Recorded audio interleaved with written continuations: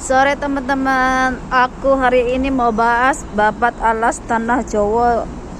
Petunjuknya hari ini aku babat alas tanah Jawa ya. Berarti Gusti Allah memang benar-benar pengen kita ini dibersihkan, disucikan, agar kita kalau manusia udah disucikan, dibersihkan itu ya seperti terlahir kembali. Jadi kita itu ya bisa penuh dengan kesadaran, kita itu bisa taat kepada perintah Allah, dan kita juga bisa bersinergi dengan alam, dan kita itu kenal diri kita sendiri, kenal jati diri kita sendiri. Nggak kayak sekarang, kita itu ibaratnya hidup nggak punya pegangan, nggak kenal jati diri, terombang-ambing kesana kemari. Jadi ibaratnya hidup kayak orang-orangan di sawah itu, nggak punya tujuan dan arah hidup.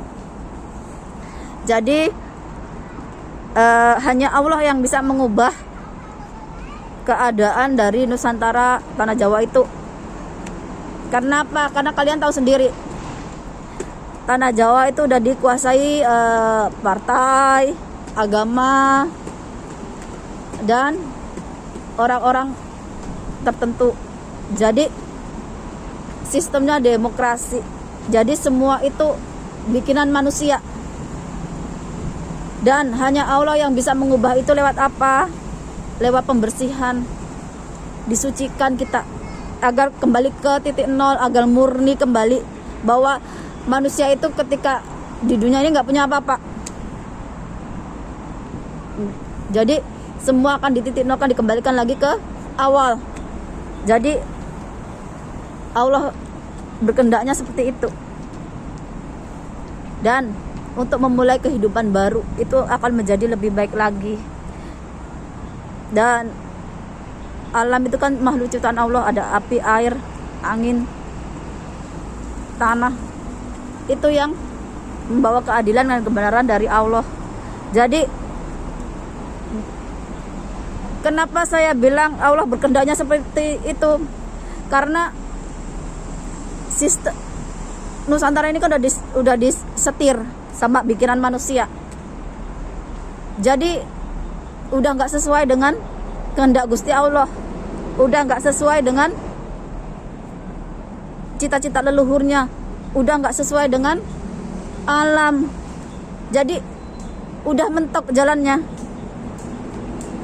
Harus jalan ke depan ya, harus dibersihkan dulu, disucikan dulu. Kalau nggak dibersihkan, nggak disucikan dulu, ibaratnya dendam, kebencian yang puluhan tahun, mungkin ratusan tahun itu udah mendarah daging, dan itu kan jadi penyakit untuk anak cucunya yang nanti. Anak cucunya nanti walaupun terakhir lagi ya akan mewarisi itu. Karena apa? Karena orang tuanya juga akan ngajarinnya yang sama seperti yang kita alami sekarang ini. Jadi itu alasan kenapa Allah memang benar-benar pengen memberikan suasana baru, hal baru, kehidupan baru buat kita. Jadi kalau banyak orang yang berdoa tidak mau bencana, tapi maunya yang enak, gak mau bencana, tapi pengen hidupnya sampai ke zaman keemasannya Majapahit, ataupun pengen mercusuar dunia, berarti dia itu lagi ngimpi, berarti lagi berdiri satu kaki. Gimana kalian mau jadi mercusuar dunia, mau jadi meneruskan kejayaan Majapahit kalau spirit dari leluhur kalian aja nggak punya? Spirit itu nggak cukup hanya dilakoni dengan suwung, dengan meditasi, dengan topo, itu nggak cukup dengan itu. Karena ada yang kesejatian, ya dipelajarinya dari alam. Yang kita benar-benar mengenal Gusti Allah itu dari lahir batin kita. Banyak cara mengenal Tuhan, tapi ada banyak cara juga kita mengenal Tuhan tapi minta ilmu. Ada, kalau saya mengenal Tuhan bukan karena saya pengen ilmu. Saya mengenal Tuhan itu ya karena saya sebagai manusia dan Allah yang menciptakan saya. Walaupun Allah membuka jati diri saya itu sesudah saya dapat hidayah di umur 40 tahun ini. Baru saya ngerti, oh ternyata jati diri saya ini ya orang Jawa, Oh, leluhur saya ternyata mewariskan ilmu-ilmunya ke saya ya. Baru saya tahu. Kalau dulu-dulu saya itu nggak tahu. Saya nggak ngerti apa itu artinya topo apa. Enggak, saya nggak ngerti apa-apa. Saya cuma menjalani hidup saya apa adanya aja. Jadi yang di luaran itu hati-hati. Kalian mau mengenal Tuhan apa mau mencari ilmu? Nanti beda kalian dapat. Kenapa? Kalau kalian cari ilmu atau ngilmu, nanti ujung-ujungnya kalian ketemunya jin, iblis kayak gitu. Tapi kalau kalian mengenal Allah langsung, berarti kalian itu kadang-kadang nggak bakalan ketemu apa-apa. Tahunya nanti kalau kalian sudah sampai di puncak. Makanya saya itu nggak pernah ketemu sama siapa, wong saya juga nggak bisa melihat makhluk gaib. Cuman saya pakai rasa, perasaan. Karena apa? Karena saya selalu berdoanya pada Allah, nggak lewat ini itu. Jadi kalian yang merasa ketemu ini, ketemu itu, hati-hati. Itu bisa juga jin yang menyerupai yang kalian niati. Nah itu hati-hati. Dan kita sebagai manusia cuma bisa pasrah sama takdir, sama kodrat.